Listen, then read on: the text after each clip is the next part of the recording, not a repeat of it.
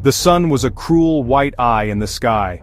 It beat down on the jagged rocks of the Zakhar Pass, making the air shimmer and dance. Heat rose from the baked earth in waves, distorting the world, making it hard to trust what you saw. Perched high on a dusty ridge, Sergeant Leo Vance felt none of it. He was part of the rock, a shadow among shadows. His world had shrunk to the circle of his rifle scope. Below him, a dry riverbed snaked through the canyon. It was a kill zone, and he was the gatekeeper. The silence was absolute, a heavy blanket that smothered every other sound. Leo had been here for hours. His muscles ached, but he ignored them. Discomfort was a luxury he couldn't afford. His breathing was slow and steady, a practiced rhythm that kept his hands from shaking.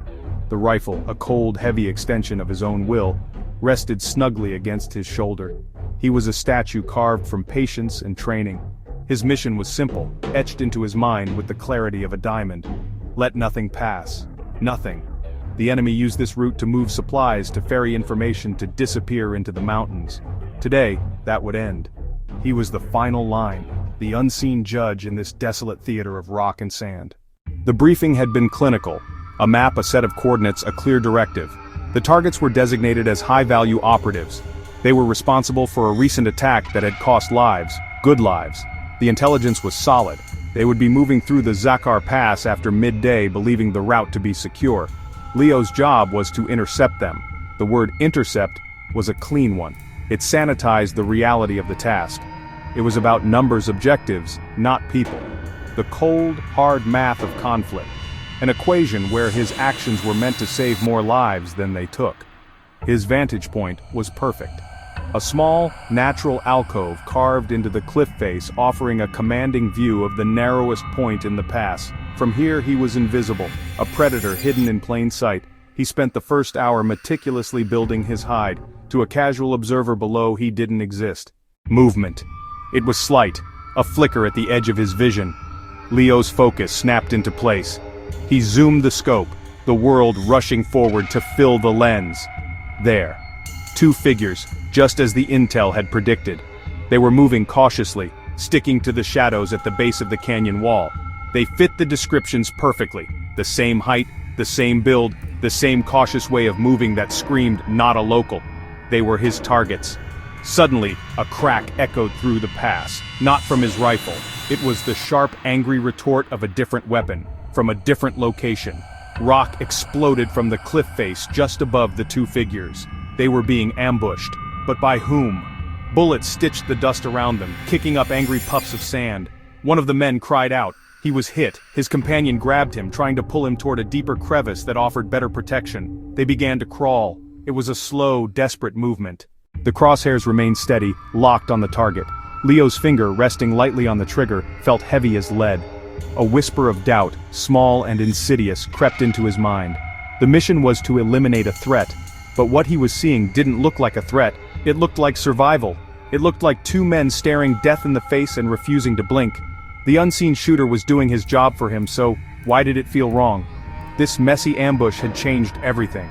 It had stripped away the clinical detachment of his task and replaced it with a raw human drama. He lowered the rifle just a fraction, looking at the scene with his own eyes. The heat shimmered, the dust swirled. The distant pop-pop-pop of the other rifle was the only sound. Who were they? And yet, the loyalty of the one man dragging his friend to safety seemed to contradict that image. It was an act of profound humanity. It was something a friend would do, a brother. And it complicated the simple black and white world of his mission, painting it in shades of gray he was not prepared for. As he watched the two men struggle, a memory surfaced, unbidden and unwelcome. It was from years ago, a different place, a different mission, a dusty marketplace, the smell of spices, chaos in the air. He had been younger then, his trigger finger quicker, his certainty absolute. There had been a target, a man believed to be a bomb maker. Leo had the shot. It was perfect. But just as he was about to squeeze the trigger, a young boy, no older than 10, had run up to the man laughing and handed him a piece of fruit. The man had smiled, ruffled the boy's hair and taken a bite. In that split second, the target had ceased to be a faceless enemy. He became a father, an uncle, a person. Leo had hesitated for a heartbeat too long. The moment passed, and the target slipped away into the crowd. Later, intelligence confirmed the man was indeed the bomb maker, and his escape led to another attack. The choice crystallized in his mind with sudden, startling clarity. It was not about duty, it was not about empathy, it was not about following orders, it was not about sparing a life, it was about defining the battlefield. His mission was to stop a threat. But the immediate threat in this canyon was not the two crawling men. It was the unseen shooter who had turned this pass into a chaotic firing range. The mission parameters were to engage the confirmed targets. But the situation had evolved. The mission on the ground was no longer the one on the paper in his pocket. With a fluid motion, born of years of practice, Leo shifted his aim. He scanned the opposite ridge, the place where the shots were coming from. He was looking for a ghost, a muzzle flash, a glint of sunlight off a lens. Anything. There, a flicker of movement. He had him. He took a slow, steady breath, let half of it out, and held it. He applied pressure to the trigger. The rifle bucked against his shoulder, a familiar and powerful kick. The trigger had given its final answer. The shot was a sharp crack, a sound full of authority and purpose. For a moment, everything was silent. The harassing fire from the opposite ridge stopped instantly. A profound quiet descended upon the pass. Down below, the two men froze, their crawl halted. They looked around, confused, expecting another bullet, but none came. The threat that had pinned them down had vanished as quickly as it had appeared. He saw the enemy sniper's rifle clatter down the rocks. The duel was over, he had won. He felt a surge of professional pride, the satisfaction of a difficult job done well. The uninjured one slowly got to his feet, cautiously scanning the cliffs.